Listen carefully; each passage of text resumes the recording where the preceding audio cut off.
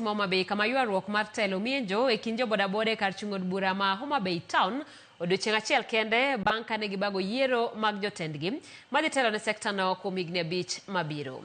Kaka ripota mar Homa Bay Elia Beach lero, kweth jobodaboda machielo kichore chien gi yiero no ka gidwa ni mondo onuoye katek to gidhi e doho.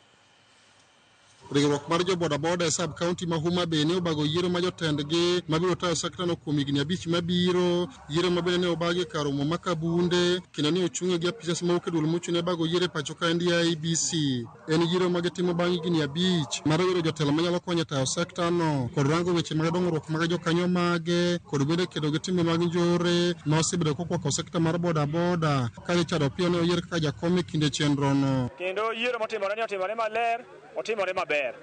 Gima dwa wacho ne Homa Bay sub county ni Homa Bay sub county oyiera e kang' mar ariyo nikech ging'eyo gik mane timo ne gik mane thuolo gi gik mane watimo ne jowa e sub county.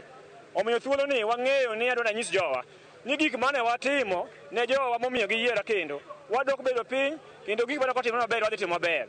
E kinde yiero no bende Collins Okoth ne oyier jagoro mar bodaboda e sub county ma Homa Bay. Kane okone yiero ma kamano ne otime yo ma oyanga kendo osingo mar konyo kedo kod midhiero moko ma osebedo kokwako sekta no. Wach madwa wacho en ni wasego kang' samwa wuoyo ni jowa nyaka ng'e ni wan gi office e sub county headquarters ka machieng' mwadhi swear in to wadhi ya office no ayanga ka jotendwa nitie motelo to gi jowa manoyiero wa kawuono.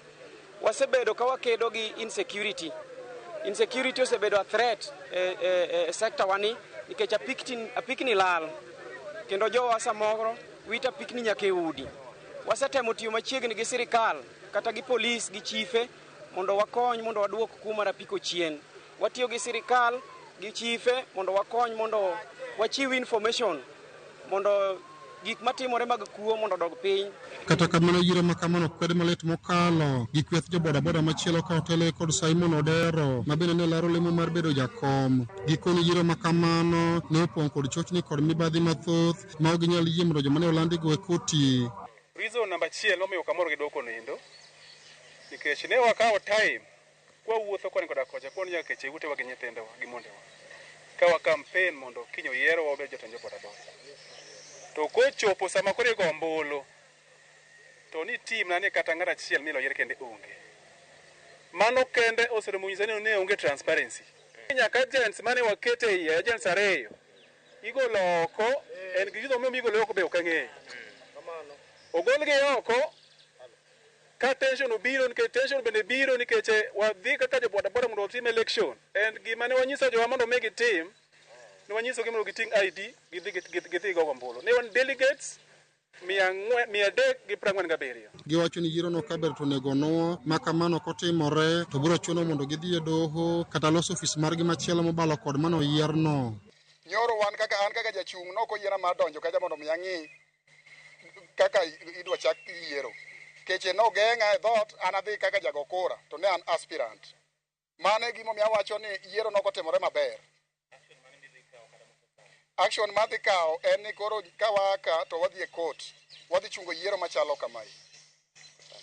Kotamore to wakawo action wabaro gini wapogo Homa Bay sub county bed ariyo. Ngono lornwa oko nyaka ogik sama koro ilendo ombucho kwan ka kaneno to bende gima nokomora ahinya ni jogena mane nitie mano wuok road Kopany mano biro mondo go kura ng'ato ne yudo nyinge e group ma ok mare bang' koseriembe ma koro wasedwa ome to wayudo ka nyinge koro onge nyinge nitie group ma ok mare. Elia Beach, Ramogi TV, Homa Bay.